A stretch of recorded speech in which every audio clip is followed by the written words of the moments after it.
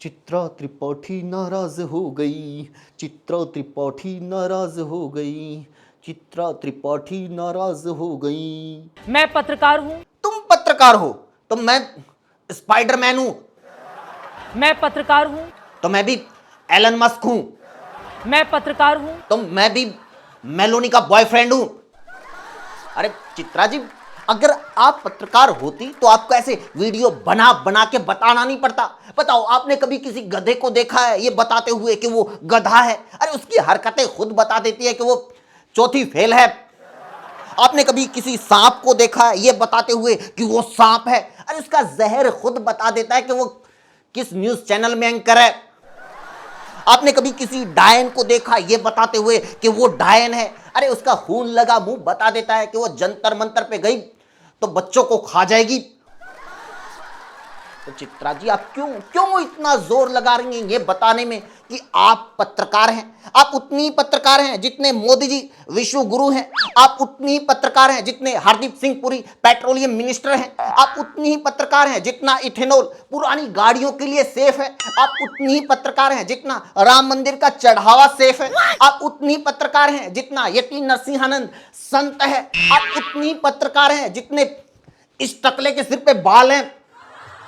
नमस्कार दोस्तों, स्वागत है आपका रिपोर्टर के महेंद्र सिंह शो में। आज के शो में हम एक बार फिर कॉकरोच प्रोटेस्ट और इस टकले की बात करेंगे। जी हां, अनुपम खेर की। आखिर तक देखिएगा, मजा आएगा। मेरे प्यारे छात्रों, नमस्ते। अबे नहीं चाहिए किसी को तेरी नमस्ते। तो सिर्फ ये बता कि इतने साल से ये इतना नंगा मुंह लेके भी आज तक जिंदा कैसे है? एक दो दिन पहले आपके प्रदर्शन की तस्वीरें देखकर मन व्याकुल भी हुआ और दुखी भी। तेरा मन दुखी हुआ? अबे बिना पैरों के ऑक्टोपस। अगर मन दुखी हुआ तो जंतर मंतर पे चला जाता। वहां वैसे भी लोग तुझे कंधा देने के लिए तैयार बैठे हैं।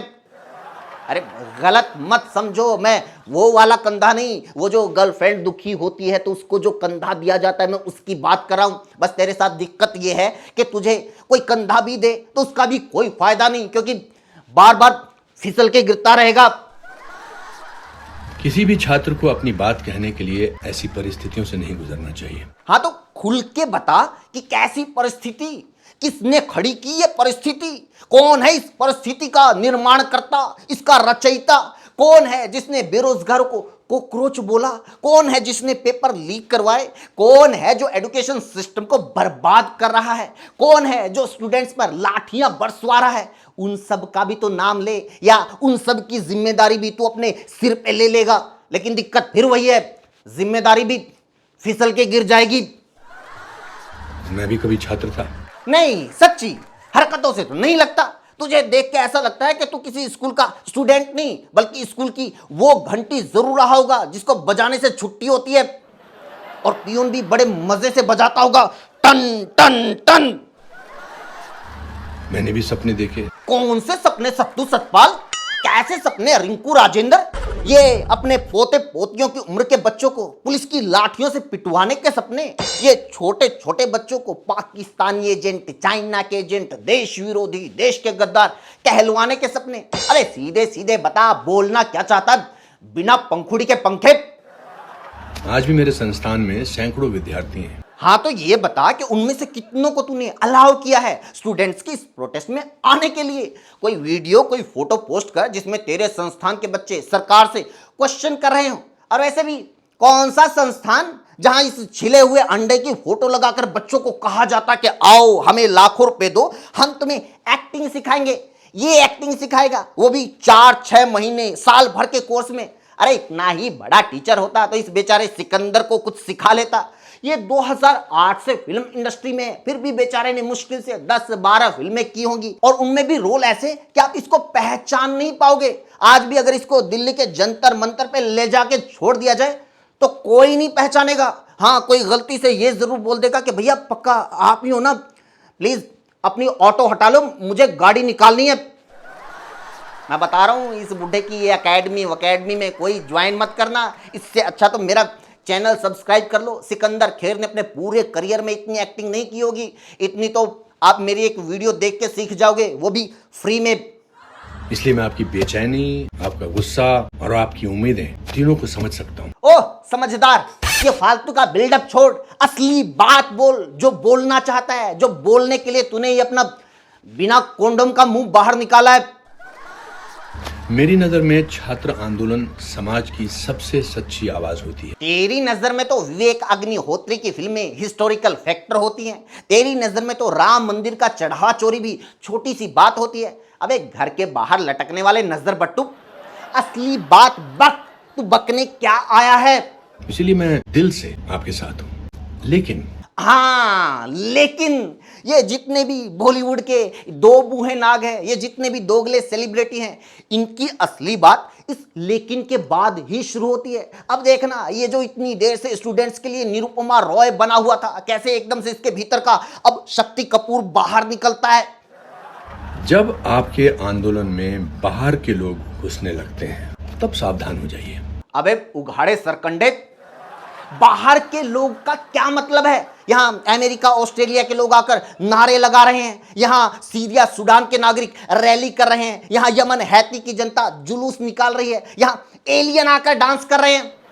अबे बाहर के लोग से तेरा क्या मतलब है? सोमालिया के डकैत, जिनका मकसद आपका मुद्दा नहीं बल्कि अपना एजेंडा होता है। हाँ जैसे अन्ना आंदोलन में जन लोकपाल के बहाने बीजेपी ने अपना एजेंडा चलाया था, जैसे जेपी आंदोलन में शामिल होकर जनसंघ के नेता अटल बिहारी वाजपेयी, लाल कृष्ण आडवाणी, नानाजी देशमुख, कृष्ण भाई ठक्कर, मुरली मनोहर जोशी और एबीवीपी के लोगों ने अपना एजेंडा चलाया था।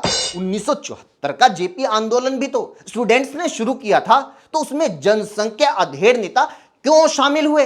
पता है, उस आंदोलन की वजह से कांग्रेस को आंदोलनकारियों के दबाव में लोकतांत्रिक तरीके से चुनी हुई गुजरात की पूरी सरकार को भंग करना पड़ा था। बिहार के 40 से ज्यादा विधायकों को आंदोलनकारियों ने जबरदस्ती इस्तीफा करवा दिया। थाने जलाए, बसें, सरकारी इमारतें, नेताओं के आवास, अखबारों के ऑफिस जलाए, कई राज्यों में आगजनी हुई। और बीजेपी वाले आज तक इस बात को गौरवान्वित होकर बताते हैं कि हम उस आंदोलन में शामिल हुए थे। तो आज जो आंदोलन चल रहा है, इसमें तो स्टूडेंट्स ने बिना उकसाए एक फूल तक नहीं तोड़ा। तो इस आंदोलन में शामिल होकर तमाम लोगों को भी गौरवान्वित महसूस करने का अधिकार है। अगर कोई अपने बच्चों के समर्थन में आगे आ रहा है तो भाई तुझे क्या प्रॉब्लम है, गंजी चुड़ैल? शुरू में आपको लगेगा कि जितने ज्यादा लोग जुड़ेंगे आपकी ताकत उतनी बढ़ेगी। हाँ तो लोग जुड़ेंगे तो ही तो ताकत बढ़ेगी, तभी तो जीत मिलेगी। यह आंदोलन है, इलेक्शन थोड़े है कि बिना लोगों के भी जीत जाओगे।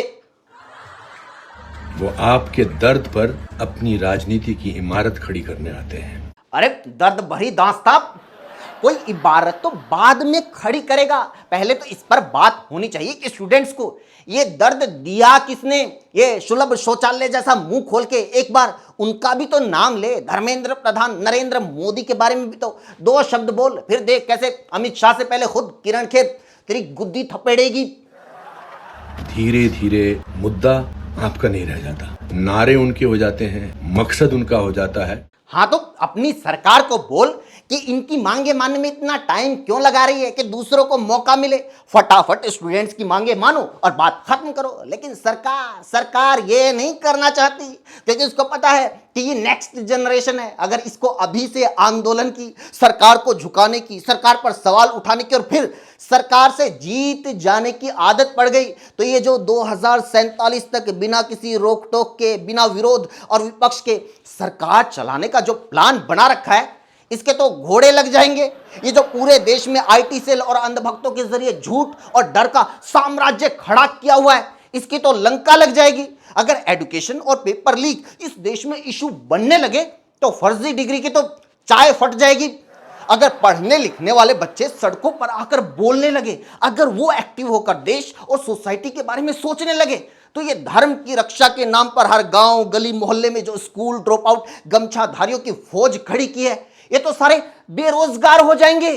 और अगर ये गमछाधारी बेरोजगार हो गए और होकर किसी दिन सरकार के खिलाफ सड़कों पर उतर आए तो सोचो फिर क्या होगा। क्योंकि भाई इनको तो गांधी की दुहाई देकर यह भी नहीं कहा जा सकता कि शांति से प्रदर्शन करो, अहिंसा का सहारा लो, सत्याग्रह पे चलो, गांधी के रास्ते पे चलो, क्योंकि ये तो गोडसेवादी हैं।